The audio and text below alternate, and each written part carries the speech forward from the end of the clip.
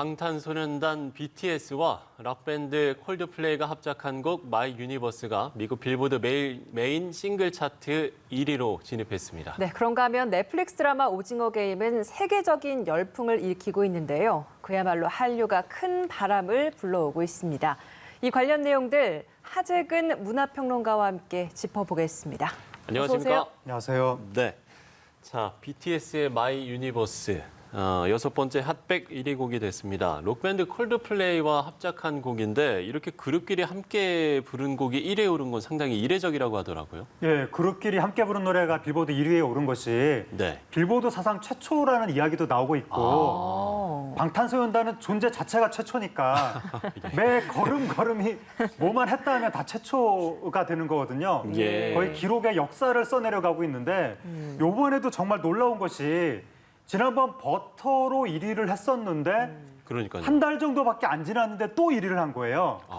이게 한국 사람이 이렇게 밥 먹듯이 빌보드 차트에서 1위를 하는 날이 올 거라고는 저처럼 80년대 라디오로 FM 라디오로 팝을 들었던 사람들은 네. 상상도 못했던 일이거든요. 국내 가요계에서도 이렇게 1위를 이렇게 뭐 한 달 만에 계속 한다는 게 국내 가요계에서만 국내에서도 쉽지 뭐 않은 드문 일이고 거잖아요. 이게 지금 엄청난 사건이 벌어지고 있는데 우리나라 언론에서 보도를 너무 덜 하는 것이 아닌가 그런 생각도 드는데 하여튼 네. 또다시 역사적인 사건이 예. 벌어졌습니다. 예, 그래서 저희가 이렇게 평론가님 모시고 대담을 또 하고 있는 거 아니겠습니까? 예. 그 중요성을 짚어보기 위해서. 이걸 보면 지금 핫 100에서 1위를 차지한 게 다이너마이트에 이어서 계속해서 이제 1위를 여러 번 했고 이번이 6번째입니다. 그리고 콜드플레이만 보면 그 개인적으로만 하면 13년 만에 처음이라고 하더라고요. 네. 이 둘의 합작이 굉장히 의미가 있는 것 같네요. 왜냐하면 방탄소년단은 지금 세계 최고의 스타 중에 하나고 예. 콜드플레이는 밴드 중에서는 또 세계에서 가장 거대한 빅밴드거든요. 그렇죠. 방탄소년단 나오기 전까지는 사실 세계에서 가장 큰 투어가 콜드플레이 투어였는데 예. 우리나라 분들도 콜드플레이 투어 한번 보고 싶다고 그랬었는데 네. 이번에 이 두 팀이 합작을 하니까 당연히 화제가 되는 거고 네. 근데 정말 놀라운 게 콜드플레이가 13년 만에 이번에 1위를 했거든요. 네. 그 얘기는 방탄소년단은 한 달 전에도 1위를 했었는데 그 얘기는 방탄소년단이 오히려 콜드플레이의 노래를 끌어올려준 듯한 느낌이 있어서 아니 콜드플레이가 진짜 거대한 팀이거든요. 네. 그런 팀마저도 방탄소년단의 덕을 보는구나 그런 생각이 드는 거고 또 놀라운 게 콜드플레이의 크리스 마틴이 네. 이 노래를 녹음하기 위해서 올 4월 달에 한국에 왔거든요. 네. 방탄소년단이 영국 팀인데 콜드플레이가 방탄소년단이 영국으로 간 게 아니라 콜드플레이가 영국에서 한국으로 왔다는 거 네. 이것도 참 뭔가 상징하는 바가 있는 것 같고 네. 정말 방탄소년단이 상상 초월의 행보를 보여주고 있습니다. 앞서서 예. 이제 라디오를 통해서 팝송을 들었고 뭐 빌보드 1위 곡들도 많이 소개가 됐었다는 그 과거를 말씀해 주셨는데 그때는 다 이제 방송에서 틀어졌던 노래들이 다 영어이지 않았겠습니까? 그렇습니다. 근데 이번에는 한국어 가사가 있는 노래예요. 그것도 의미가 그러게요. 있을 것 같아요. 그것도 정말 이제 감개무량한 일인데 네. 일단 싸이 씨가 빌보드 2위까지 올라갔고 한국어로 그리고 방탄소년단이 작년에 이미 한국어 노래로 1위를 하긴 했었거든요. 빌보드 차트에서. 그쵸. 그런데 이번에 또다시 이제 1위를 한 것인데 특히 최근에 다이너마이트라든가 버터라든가 이런 노래들이 영어 위주였기 때문에 그 부분에서 조금 아쉬운 대목도 있었는데 뭐 엄청나게 아쉽진 않았지만 예. 근데 어쨌든 모처럼 다시 또 한국어가 섞인 그런 노래로 빌보드 차트 1위를 하니까 예. 이것도 대단한 거고 콜드플레이 멤버들이랑 같이 노래를 하는데 그 안에서 한국어가 등장한다. 네. 이것도 정말 대단합니다. 예. 그리고 그 가사를 방탄소년단 멤버들이 직접 썼다고 하거든요. 그것도 의미 있는 내용이잖아요. 그렇죠. 그럼 가사도 물론 의미 있는 내용이지만 직접 썼다는 것 자체도 대단한 거고 그렇게 자신들의 노래에 직접 개입을 하기 때문에 방탄소년단이 일반적인 아이돌 중에서도 더 아티스트로서 뮤지션으로서 존중을 받는 건데 그러한 면모가 다시 한번 나타났습니다. 예. 자, 이렇게 BTS의 마이 유니버스 6번째 빌보드 핫백 1위 곡이 됐습니다. 저희가 관련 내용을 짚어봤고요. 이번에는 저희가 또 세계적으로 인기를 이어가고 있는 이번에는 넷플릭스의 한국 오리지널 시리즈 오징어 게임에 대한 이야기를 해볼 텐데요. 먼저 연출을 맡은 황동혁 감독이 화상 인터뷰에서 흥행 배경과 소회를 밝혔습니다. 이 내용 듣고 저희가 대담을 이어가도록 하겠습니다. 그래서 전 세계 시장에 선보이고 사랑받고 싶은 욕심을 가지고 만들었지만 사실 뭐 이 정도로 전 세계가 다 같이 좋아해 줄 거란 예상은 못 했었기 때문에 좀 놀랍기도 하고 신기하기도 하고 가끔 좀 얼떨떨하기도 한 그런 상황입니다. 제가 어릴 때 하던 놀이들을 정말 다 적었어요. 다 적어놓고 게임화 하는데 가장 단순하고 쉬우면서도 비주얼적으로도 재미있고 뭔가 스토리를 만들 수 있는 그런 게임들을 선별을 했습니다. 성기훈이 그런 얘기를 하죠. 나는 말이 아니야. 사람이야. 그래서 궁금해. 너희들이 누군지, 왜 이런 짓을 하는지. 왜 우리가 이런 치열한 경쟁 사회로 내몰릴 수밖에 없었는가? 그리고 이런 게임의 규칙을 만들어 놓은 사람들은 과연 누구인가?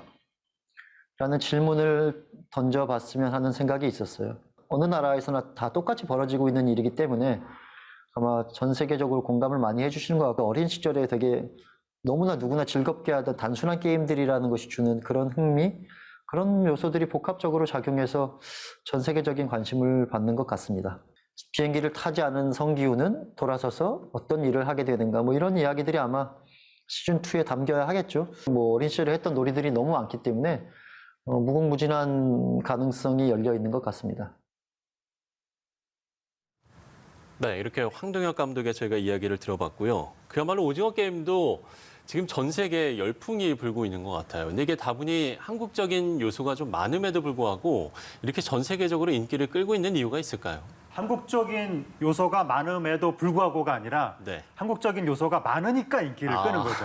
그 안에 들어간 뭐 무궁화 꽃이 피었습니다부터 시작해서 네. 뽑기, 구슬치기 그리고 그 형식 속에 들어간 뭐 휴먼 스토리, 사람의 이야기 같은 것들 그리고 그 안에 들어간 사회적인 묘사, 어떠한 그 자본주의 경쟁 사회를 떠올리게 하는 그런 것들이 굉장히 서구 사람들이 느끼기에 신선하고 새롭게 다가간 것이고 그리고 그 세트도 아주 화려하고 화사하거든요. 그렇죠. 통상적으로 이러한 비슷한 류의 영화들을 보면 예. 분위기가 어두운데 여기서는 악당이 분홍색 옷을 입고 등장을 하고 그리고 뭐 그 배경도 뭐 이렇게 계단이 올라가는데 색깔도 거의 그 원색 비슷한 그런 색깔이고 예, 맞습니다. 동화책에 넣을 법한 색깔이거든요. 그런 게 시각적으로 충격을 주면서 동시에 이게 재밌습니다.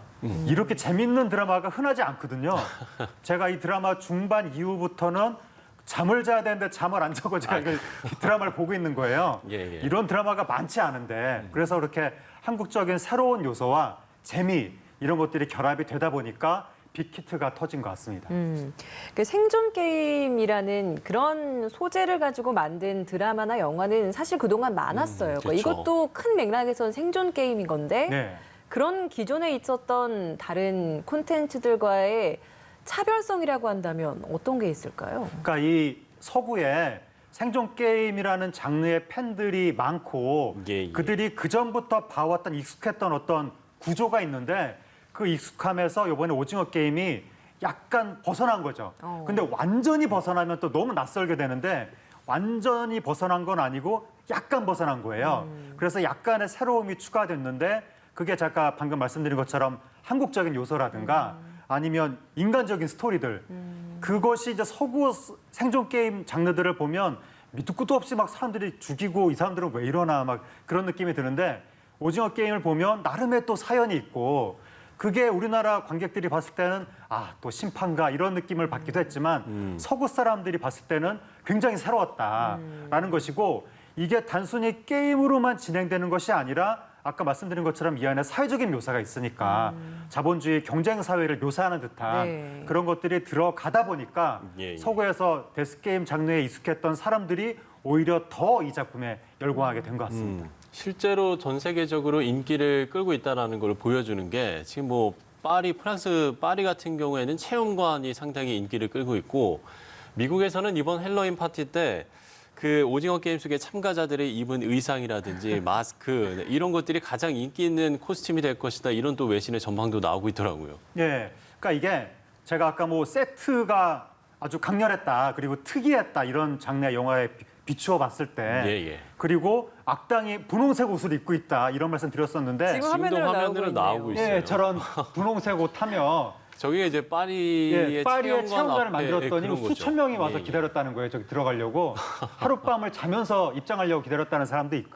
그러니까요. 그래서 굉장히 그 강렬한 시각적인 그런 게 있다 보니까 이 영화 속에 세트를 구현했다거나 캐릭터가 나오는 저런 체험장에 대해서 사람들이 가고 싶어하는 그런 게 있는 거고 여기 나오는 게임이라든가 뽑기 이런 것도 서구 사람들이 봤을 때는 신기하니까 나도 한번 해보고 싶다라고 해서 이제 체험장에 가게 되는 거고 예, 예. 지금 할로윈 코스튬 의상도 저 악당의 분홍색 의상이라든가 게임에 참여하는 사람들의 녹색 트레이닝 복이라든가 예, 예. 관리대장의 까만 옷이라든가 이런 것들이 하나하나 다 캐릭터성이 시각적으로 강하기 때문에 또 거대한 영희가 등장하잖아요.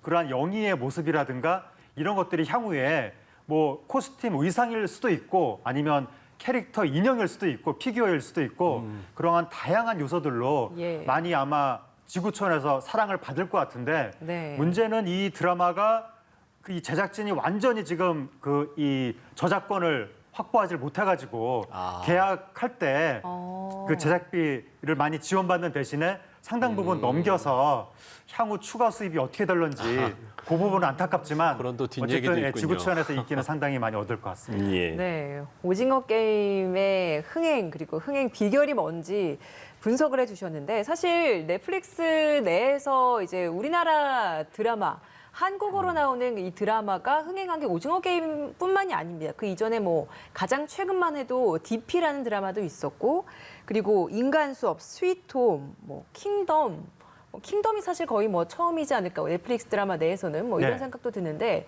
이런 드라마들은 사실 오징어 게임과는 또 결이 다른 면도 있지만 결국에는 흥행했다라는 공통점이 있습니다. 예. K 콘텐츠가 이렇게 흥행을 하고 있는 비결, 이 예. 통틀어서는 어떤 비결이 있을까요? 우리나라가 영상물을 재밌게 만듭니다. 여기서 그 재미라는 의미가 뭐냐면 네. 이게 주관적으로 느끼는 거잖아요. 네. 국경을 넘어가기가 어렵거든요. 주관적인 느낌이. 그러니까요. 그런데 세계에서 가장 국경을 잘 넘어가는 그 재미를 만들어내는 나라가 미국인데 헐리우드인데 예, 예. 미국 아닌 나라 중에서 가장 특히 아시아권 비영어권에서 그 헐리우드 스타일의 영상을 잘 만드는 나라가 한국인 것 같고 뭐 인도나 중국은 엄청난 자본을 영상에 투여하지만 나오는 스타일이 굉장히 중국적이거나 인도적이거든요. 그래서 보편적인 공감대가 좀 낮은데 한국은 상당히 헐리우드적으로 만들면서 100% 헐리우드랑 똑같이 만드는 게 아니라 아까 말씀드린 것처럼 약간의 새로움이 거기 들어간다는 거죠. 한국적인 요소가. 그러다 보니까 지구촌 곳곳에서 재미를 느끼면서 동시에 이거 신선하다. 그런 느낌을 받는 거고 그리고 또 하나가 한국의 또 특징이 있는데 사회적인 묘사가 잘 들어갑니다. 그러니까 헐리우드 영상 같은 경우에는 상업적인 오락물, 장르물은 그냥 상업적인 법칙으로만 만들거든요. 예, 예. 근데 우리나라는 상업적인 장르물을 만들었는데 그 안에 사회적인 묘사, 빈부격차라든가 사회적 강자와 약자의 모순 이런 게 들어가는 거예요. 네. 킹덤도 그렇고 기생충도 그렇고 이번에 오징어 수업도 그렇고 등등등. 그러다 보니까 서구 사람들이 보기에 새롭기도 하고 뭔가 작품성도 있는 것 같고 근데 재밌다라고 해서 줄줄이 히트하고 있는 것 같습니다. 예, 그런 K 콘텐츠만의 매력이 있기 때문에 지금 넷플릭스에서도 작년까지, 그러니까 2016년부터 작년까지 약 7,700억 원을 투자를 했고 올해만 5,500억 원의 투자 계획을 밝혔습니다.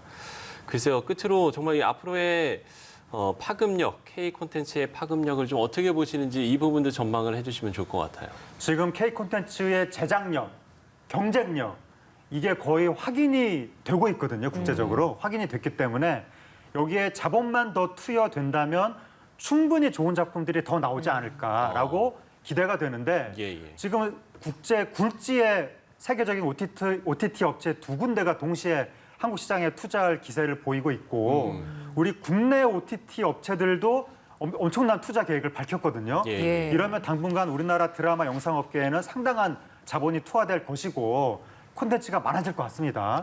이 기회에 내실을 잘 다져서 좋은 작품을 많이 만들면 당연히 영향력은 확대될 것이고 그렇죠. 근데 그게 아니라 이제 뭐 외화 내빈으로 규모만 키운다면 잘못될 수도 있으니까 이번 기회에 내실을 정신 딱 차려가지고 내실을 잘 차릴 필요가 있다. 그리고 또 하나는 우리가 언제까지 외국 OTT 회사에 좋은 일만 시켜줄 것인가. 그래서 우리나라 콘텐츠도 계속 발전시켜 나가면서 그러한 콘텐츠 제작력을 기반으로 한국의 플랫폼도 발전시켜 나가는 그런 계기가 만들어지길 바랍니다. 예, 알겠습니다. BTS 빌보드 1위 소식부터 오징어 게임의 흥행 열풍까지 하재근 문화평론가와 함께 짚어봤습니다. 오늘 말씀 고맙습니다. 고맙습니다. 감사합니다.